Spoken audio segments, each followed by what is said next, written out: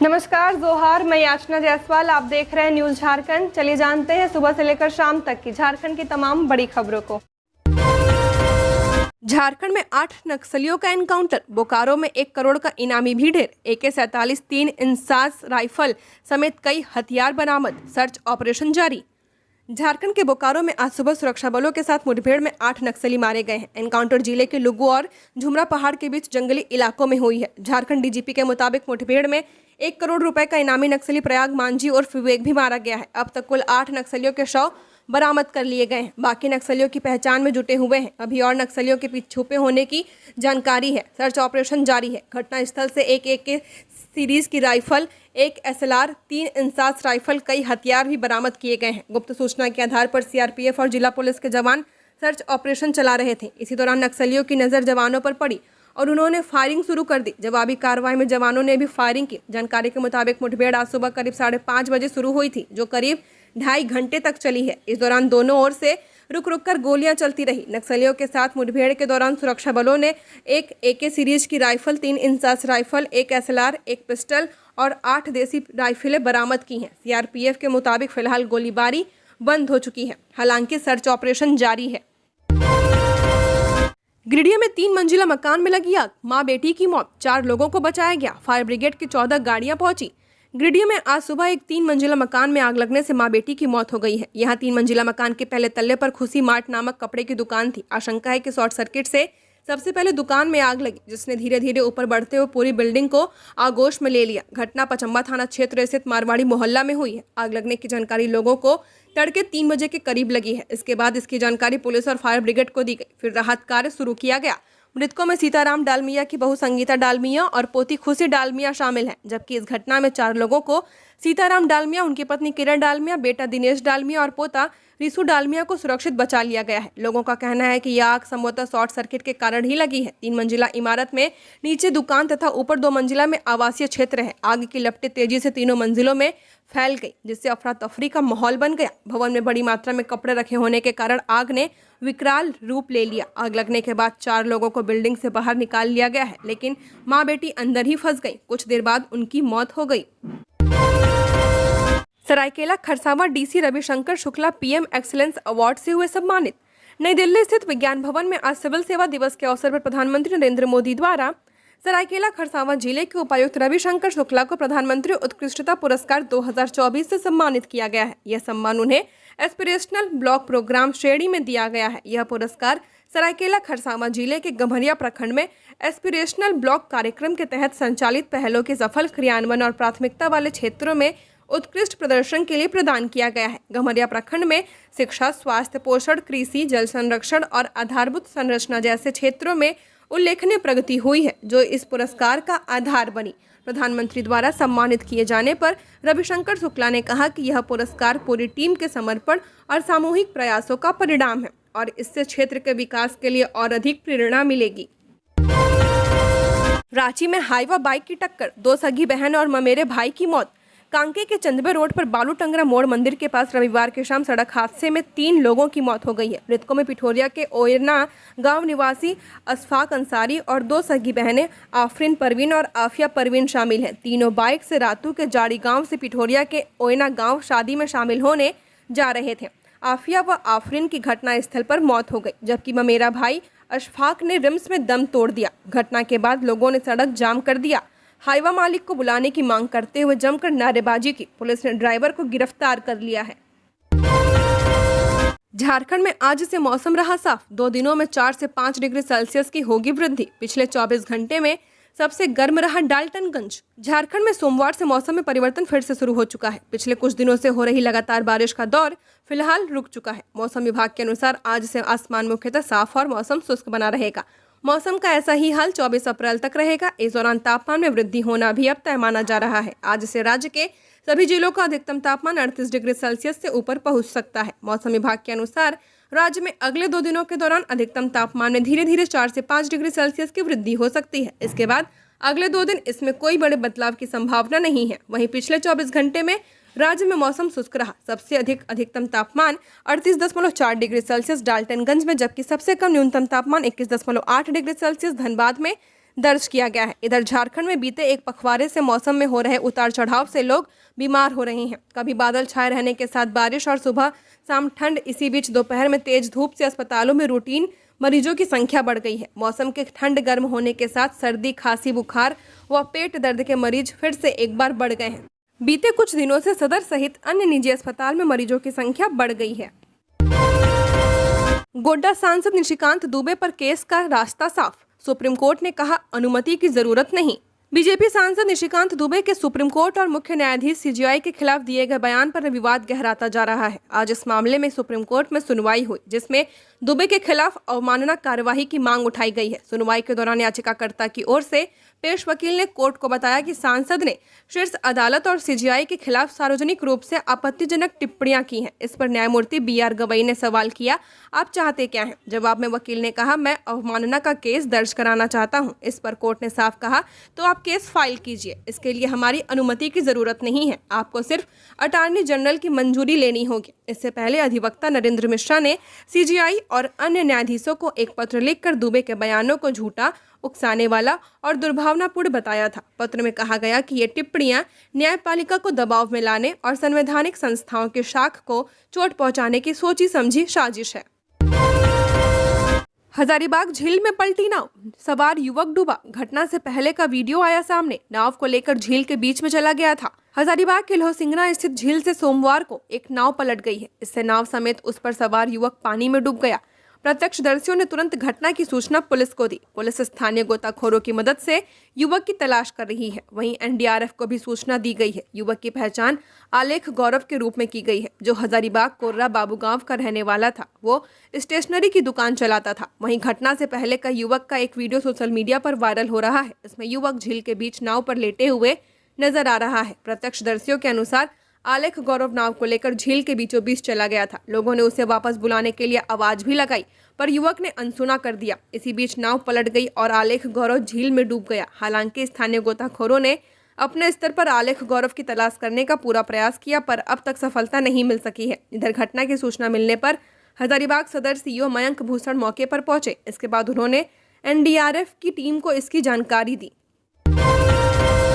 पानी की किल्लत से परेशान चक्रधरपुर की महिलाएं। रांची चाईबासा एनएच किया जाम। नगर परिषद कार्यालय में तालाबंदी। चक्रधरपुर शहर में जलापूर्ति बाधित होने से नाराज महिलाओं ने आज सड़क पर उतरकर विरोध प्रदर्शन किया है। महिलाओं ने चक्रधरपुर नगर परिषद कार्यालय के सामने चाईबासा रांची राष्ट्रीय राजमार्ग को जाम कर दिया। पिछले एक महीने से शहर में जलापूर्ति की गंभीर समस्या बनी हुई है। मोटर की खराबी के कारण बार बार पानी की आपूर्ति बाधित हो रही है। नगर परिषद इस समस्या के समाधान में कोई रुचि नहीं दिखा रही है। पूर्व वार्ड पार्षद लीला प्रसाद ने बताया कि पूरे शहर में पानी की भारी किल्लत है। विभाग को कई बार लिखित शिकायत भी दी गई है, लेकिन कोई कार्रवाई नहीं की गई। जनप्रतिनिधि राखी सालूजा ने कहा कि नगर परिषद हर साल बहाने बनाती रहती है। इसी कारण आज सड़क जाम के साथ नगर परिषद में तालाबंदी की गई। सड़क हादसे में दूल्हे के भाई की मौत। गढ़वा से पलामू लौट रही थी बारात। ट्रक ने कार को सामने से मारी टक्कर, 4 जख्मी।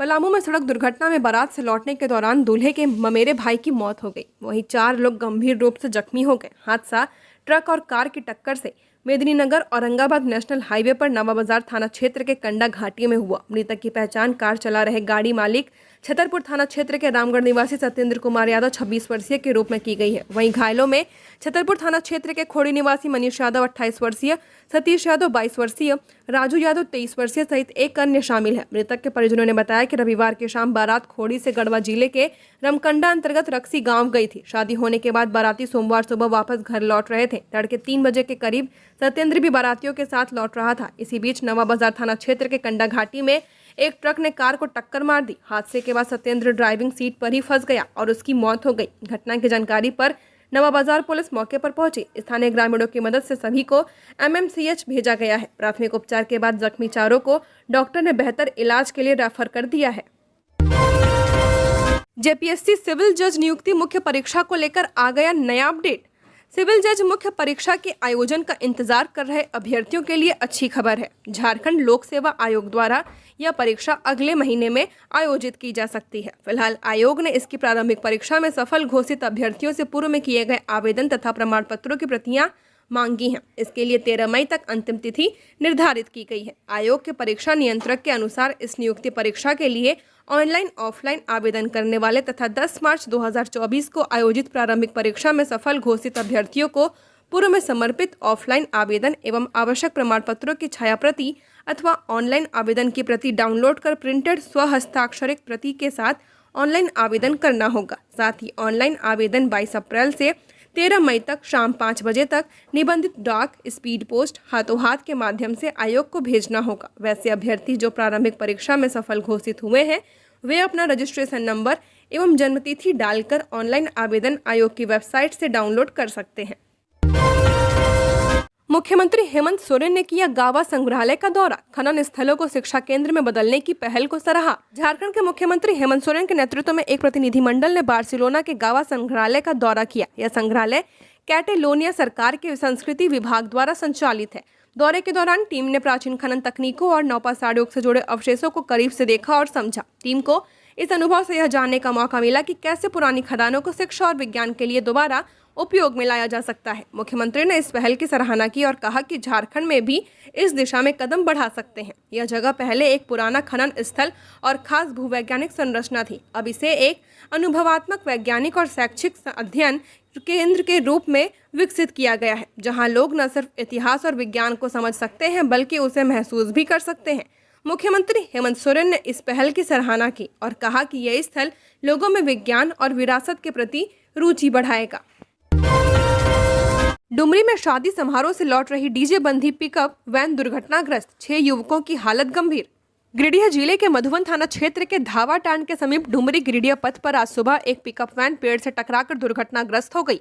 हादसे में गाड़ी पर सवार 6 युवक गंभीर रूप से घायल हो गए। घायलों में पंचगढ़ी निवासी लखन कुमार, प्रीतम भूइयां, सूरज भूइयां, छोटू भूइयां समेत 2 अन्य युवक शामिल हैं। जानकारी के अनुसार सभी 6 युवक डीजे लेकर धनबाद जिले के कतरास पांचगढ़ी से देवघर किसी शादी समारोह में गए हुए थे। समारोह से वापस लौटने के क्रम में आज सोमवार की सुबह वाहन असंतुलित होकर एक पेड़ से जा टकराई। घटना के बाद सभी घायलों को स्थानीय लोगों की सहायता से इलाज के लिए रेफरल अस्पताल डुमरी में भर्ती कराया गया है। यहां से प्राथमिक उपचार के बाद सभी को बेहतर इलाज के लिए धनबाद रेफर कर दिया गया।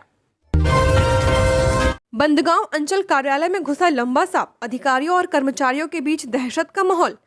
पश्चिमी सिंहभूम जिले के बंदगांव प्रखंड के अंचल कार्यालय के अंदर आज सोमवार की सुबह एक सांप देख अफरा तफरी मच गई। कार्यालय में सांप देखते के बाद से अधिकारियों और कर्मचारियों के बीच दहशत का माहौल है। अंचल कार्यालय में इससे पहले भी कई बार सांप देखे गए हैं। जानकारी के अनुसार आज सोमवार की सुबह कार्यालय के अंदर कुर्सी पर एक लंबा सांप देख चीख पुकार मच गई। कार्यालय में मौजूद अधिकारियों और कर्मचारियों ने बताया कि कार्यालय में और आसपास के परिसर में इससे पहले भी कई बार सांप देखे जा चुके हैं।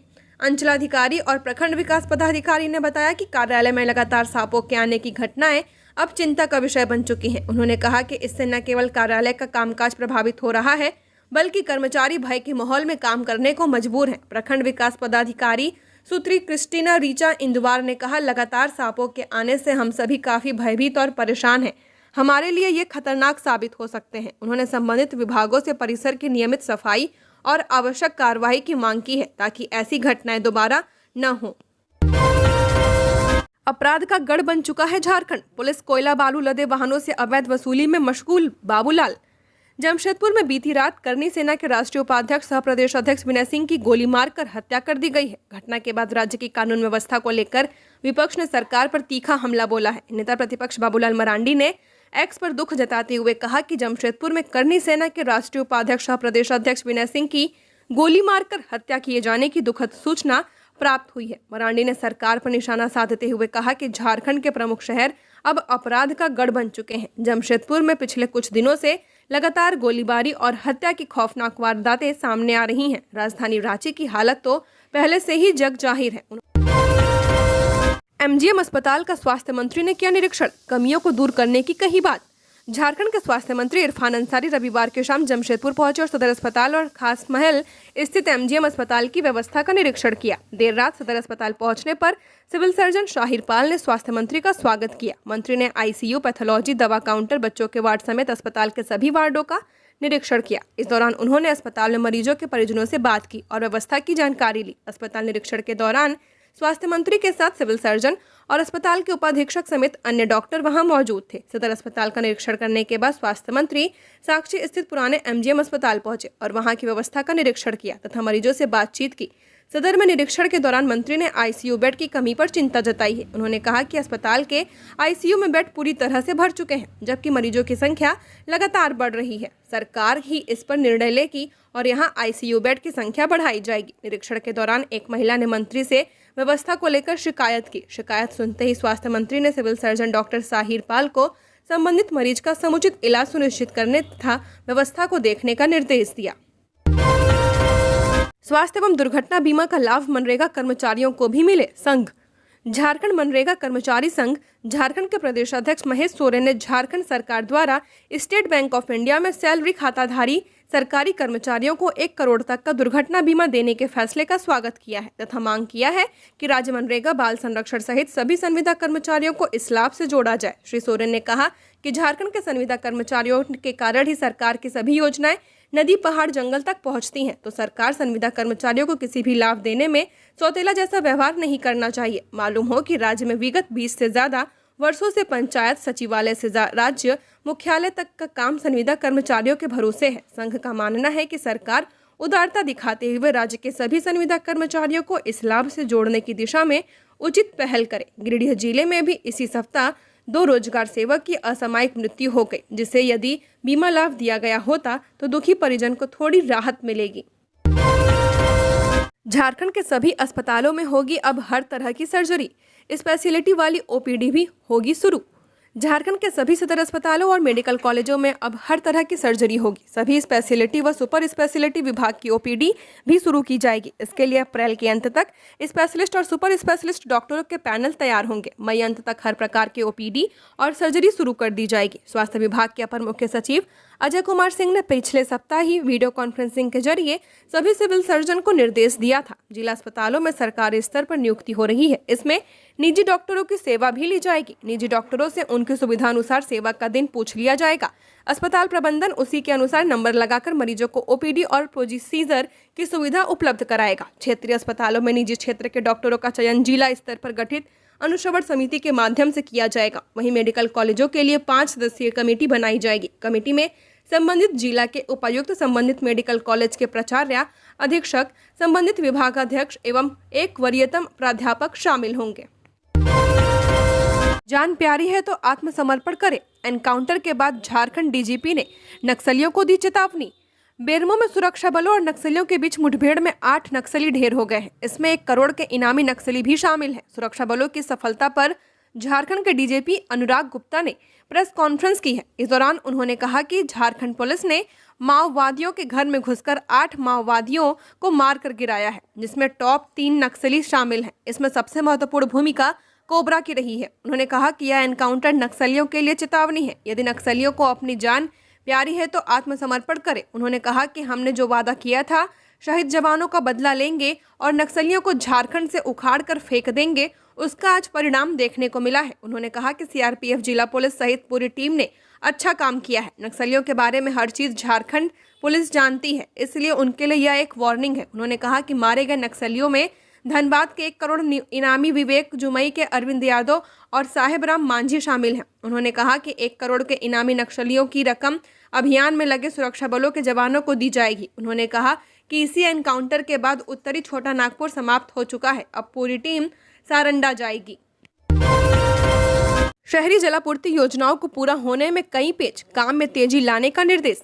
राज्य में शहरी जलापूर्ति योजनाओं पर काम धीमी गति से चल रहा है। जिन योजनाओं की मंजूरी मिल चुकी है उसमें भी काम सही से नहीं हो रहा। जिन शहरों का डीपीआर बनाकर मंजूरी कराना है उसकी भी प्रगति धीमी है। अमृत 2.0 अंतर्गत स्वीकृत गिरिडीह शहरी जलापूर्ति योजना फेज 2 एवं चांद शहरी जलापूर्ति योजना फेज 2 का डीपीआर बनाने का काम लगभग 18 माह पहले ही जुडको का आवंटित किया गया है, लेकिन अभी भी इसका डीपीआर बन रहा है। नगर विकास विभाग डीपीआर तैयार करके इसकी तकनीकी स्वीकृति देने की तैयारी अब कर रहा है। वहीं हजारीबाग शहरी जलापूर्ति योजना एवं आदित्यपुर सीवरेज योजना के लिए वन, पर्यावरण एवं जलवायु परिवर्तन विभाग के स्तर से एनओसी लिया जाना है, जिस पर भी प्रक्रिया अभी चल रही है। वहीं रांची शहरी जलापूर्ति योजना अंतर्गत हरमू हाउसिंग कॉलोनी की जमीन पर अब जल मीनार बनाने की कार्रवाई शुरू की गई है। यहां पर स्थानीय लोग विरोध कर रहे थे, जिसे स्थानीय पुलिस व प्रशासन की मदद से सुलझाया गया है। नगर विकास विभाग सभी जलापूर्ति योजनाओं की समीक्षा की है और सभी नगर निकायों को त्वरित गति से काम कराने को कहा है, ताकि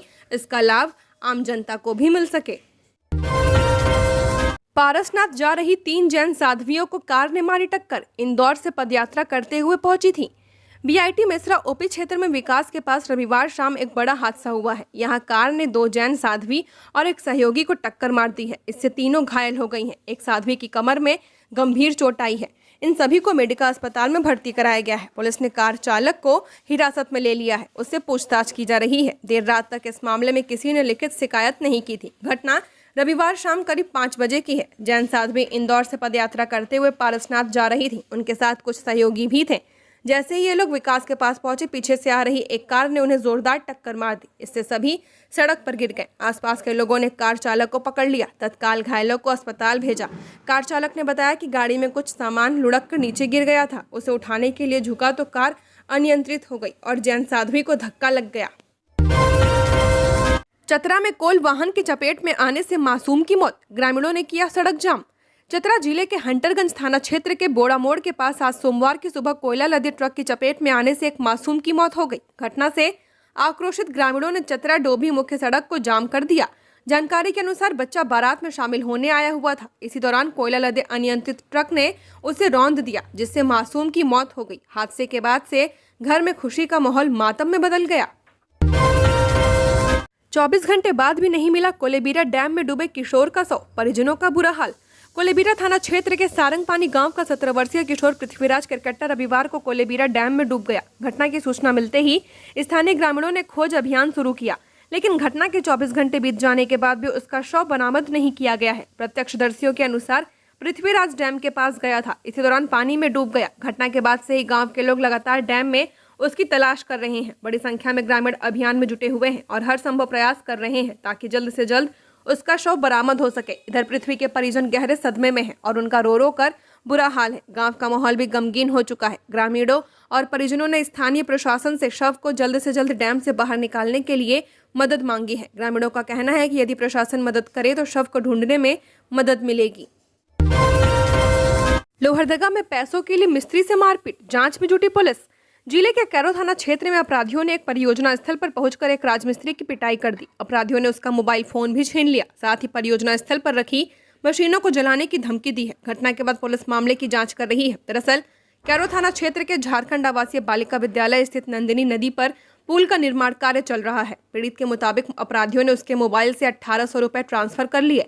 पीड़ित मोहम्मद वसीम ने बताया कि भर रात में सो रहा था, तभी उसके पास एक कॉल आया जिसमें उसे बाहर आने को कहा गया। जिसके बाद वह बाहर आया तो देखा कि बाहर 5-6 हथियारबंद लोग खड़े थे। उसने बताया कि उन लोगों ने उसे सड़क की तरफ आने को कहा है। जब उसने मना किया तो उसे जबरन सड़क पर ले गए। अपराधियों ने उसका मोबाइल छीन लिया और उसमें से पैसे ट्रांसफर कर लिए। साथ ही अपराधियों ने पुल निर्माण में इस्तेमाल होने वाली मशीन और अन्य सामान को जलाने की भी धमकी दी है। हालांकि मिस्त्री ने अपराधियों द्वारा योजना बंद करने के नाम पर किसी भी तरह की रकम मांगने की बात से इनकार किया है, लेकिन अपराधियों ने कर्मी के साथ मारपीट की है। घटना की सूचना कैरो थाने को दी गई। पुलिस सभी पहलुओं पर जांच कर आगे की कार्रवाई कर रही है। ईडी का एक और खुलासा। कैशियर संतोष ने 7 करोड़ रुपए एफडी और म्यूचुअल फंड में किया था निवेश। पेयजल स्वच्छता विभाग के जल जीवन मिशन में हुए 23 करोड़ रुपए के फर्जीवाड़े की परतें रोज खुल रही हैं। ईडी ने दावा किया है कि गिरफ्तार कैशियर संतोष कुमार ने फर्जीवाड़े से हासिल 7 करोड़ रुपए म्यूचुअल फंड और एफडी में निवेश किया था। संतोष ने जांच एजेंसी को यह जानकारी दी थी। इस मामले में ईडी ने 14 अक्टूबर 2024 को झारखंड में 18 ठिकानों पर छापेमारी की थी। इस दौरान 55.08 लाख कैश, एफडी के कागजात और कई दस्तावेज जब्त किए गए थे। इसे एडजुकेटिंग अथॉरिटी के साथ साझा किया गया। एडजुकेटिंग अथॉरिटी ने मंजूरी दे दी है। इधर ईडी ने प्रिंसिपल ऑडिटर जनरल को पत्र लिखकर ऑडिट रिपोर्ट भी मांगी है ताकि पता चल सके कि कितने की गड़बड़ी हुई है। अमेरिकी उपराष्ट्रपति जेडी वेंस अक्षरधाम पहुंचे। आज शाम पीएम मोदी डिनर होस्ट करेंगे। पत्नी बच्चों संग 4 दिन के भारत दौरे पर। अमेरिका के उपराष्ट्रपति जेडी वेंस आज पत्नी उषा, बच्चों इवान, विवेक और मीराबेल के साथ दिल्ली के अक्षरधाम मंदिर पहुंचे हैं। उपराष्ट्रपति बनने के बाद यह जेडी वेंस का पहला आधिकारिक भारत दौरा है। वे 4 दिन भारत में रहेंगे। वेंस का प्लेन सुबह 9:45 पर दिल्ली के पालम एयरपोर्ट पर उतरा। यहां केंद्रीय मंत्री अश्विनी वैष्णव ने उन्हें रिसीव किया। एयरपोर्ट पर ही उन्हें गार्ड ऑफ ऑनर दिया गया। वेंस, उनकी पत्नी और बच्चों के सामने कलाकारों ने पारंपरिक नृत्य पेश किया। प्रधानमंत्री आज शाम वेंस और उनके परिवार के लिए डिनर होस्ट करेंगे। वेंस विदेश मंत्री एस जयशंकर, एनएसए अजीत डोभाल, विदेश सचिव विक्रम मिस्त्री और अमेरिका में भारतीय राजदूत विनय मोहन क्वात्रा से भी मुलाकात करेंगे। इसरो को दूसरी बार डॉकिंग में कामयाबी, 2 सैटेलाइट्स जोड़े। पहली बार जनवरी में स्पेस डॉकिंग की थी। ऐसा करने वाला भारत दुनिया का चौथा देश। इसरो ने दूसरी बार अंतरिक्ष में 2 सैटेलाइट की सक्सेसफुली डॉकिंग की है। केंद्रीय मंत्री जितेंद्र सिंह ने आज एक्स पोस्ट के लिए जरिए इसकी जानकारी दी है। उन्होंने बताया कि अब दोबारा डॉकिंग की सफलता के बाद आने वाले 2 हफ्तों में और भी वैज्ञानिक प्रयोग किए जाएंगे। केंद्रीय मंत्री ने कहा, यह मिशन भारत की स्पेस टेक्नोलॉजी में स्वदेशी क्षमताओं का एक अहम उदाहरण बनकर उभरा है। दरअसल इसरो ने 30 दिसंबर 2024 को PSLV C60 SPAD-EX मिशन को सफलतापूर्वक लॉन्च किया गया था। 16 जनवरी को सुबह 6:20 पर सैटेलाइट्स का पहला डॉकिंग हुआ था। फिर 13 मार्च को सुबह 9:20 पर सफलतापूर्वक इसे अनडॉक किया गया। झारखंड की और खबरों के लिए बने रहिए हमारे साथ। हमारे चैनल न्यूज़ झारखंड पर चैनल को सब्सक्राइब करें, साथ बेल आइकन को प्रेस करें। नमस्कार।